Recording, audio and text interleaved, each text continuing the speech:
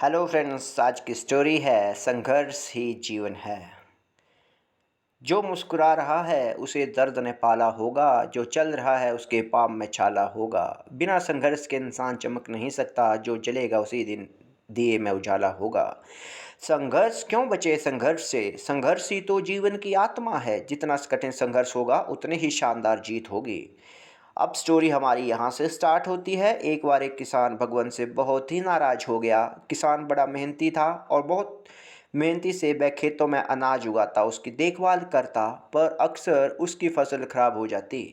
कभी सूखा पड़ जाता, कभी बाढ़ आ जाती, कभी तेज़ धूप, कभी आंधी, कोई न कोई कारण बन ही जाता कि उसकी फसल खराब हो जाती थी।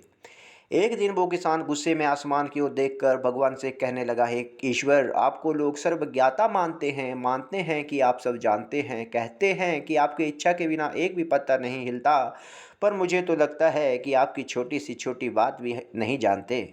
आपको तो ये भी नहीं पता कि खेती बाड़ी कैसे करते हैं। अगर आप जानते होते तो इस समय जो बाढ़, आंधी और तूफान आते हैं वो कभी नहीं आते। आप नहीं जानते कि कितना नुकसान उठाना पड़ता है हम किसानों को। यदि आप मेरे हाथ में यह शक्ति दे दें कि जैसा मैं चाहूँ वैसा मैं मौसम कर दूँ, फिर आप देखना कि मैं अन्य अन्न के भंडार लगा दूंगा। भगवान इस किसान के तीखे वाक्य सुनकर मुस्कुरा रहे थे और वह किसान के सामने प्रकट होकर बोले, मैं आज से तुम्हें यह शक्ति देता हूँ कि तुम अपने खेतों पर तुम्हारी जैसी इच्छा हो तुम वैसा मौसम कर दोगे। मैं बिल्कुल भी दखल नहीं दूंगा, तुम्हारी इच्छा से सब कुछ होगा। किसान बहुत खुश हो गया। किसान ने गेहूं की फसल अपने खेतों में बोई। जब उसे लगा कि खेतों को धूप चाहिए तो खेतों को धूप मिले, जब पानी बरसना चाहिए तभी पानी बरसा। आंधी तूफान बाढ़ कुछ भी उसने अपने खेतों पर आने नहीं दिया।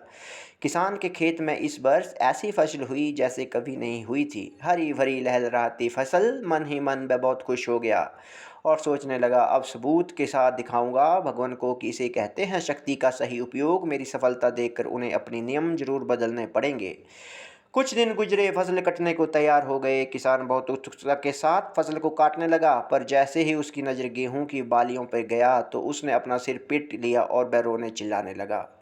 गेहूं की एक भी बाली के अंदर गेहूं का दाना नहीं था। सारी बालियां अंदर से खाली थी। किसान बहुत दुखी हो गया। उसने भगवान को रोते हुए फिर पुकारा, हे प्रभु, तुमने ये मेरे साथ क्या किया? क्या तुमने मुझे कोई सजा दी? भगवान बोले, पुत्र, ये तो होना ही था। तुमने पौधों को संघर्ष करने का मौका ही नहीं दिया। ना तो तुमने उन्हें आंधियों से जूझने दिया, ना तेज बारिश से सहने दिया, और ना ही धूप से तपने दिया। एक भी चुनौती का सामना तुमने उन्हें करने नहीं दिया। इसीलिए सारे पौधे अंदर से खोखले रह गए। जब आंधी तूफान, तेज बारिश और धूप पड़ती है तभी ये पौधा अपने अस्तित्व को बचाने के लिए संघर्ष करते हैं, और इसी संघर्ष से एक बल पैदा होता है जिससे शक्ति होती है, ऊर्जा होती है। और यही ऊर्जा पूर्ति तेरे गेहूं के दानों की तरह जो नहीं फूटी, तूने उन्हें कठिन परिस्थितियों से गुजरना नहीं दिया गया जहां उनके अस्तित्व का जन्म होता। सारे वालियां इसलिए खाली हैं, इससे एक भी गेहूं का दाना इसलिए नहीं है क्योंकि तुमने अपने पौधों को संघर्ष कराया ही नहीं। याद रखिए, स्वर्ण में स्वर्णिम आवाज़ तभी आती है जब वह आग में तपने, गलने और हथौड़े से पीटने जैसे संघर्ष से गुजरता है। कोयले का टुकड़ा हीरा तभी बनता है जब वह उच्च दाब और उच्च ताप की मुश्किल परिस्थितियों से गुजरता है। इसी तरह यदि हमारी ज़िंदगी में कोई संघर्ष ही ना हो, कोई चुनौती ही ना हो, तो हम भी गेहूं की बलियों की तरह खोखले रह जाएंगे। अस्तित्व नहीं होगा हमारा। विपरीत परिस्थितियां, चुनौतियां, समस्या हमें और अधिक निखारती हैं। यदि जीवन में कठिन परिस्थितियां और चुनौतियां आए तो घबराना मत, बल्कि सामना करना।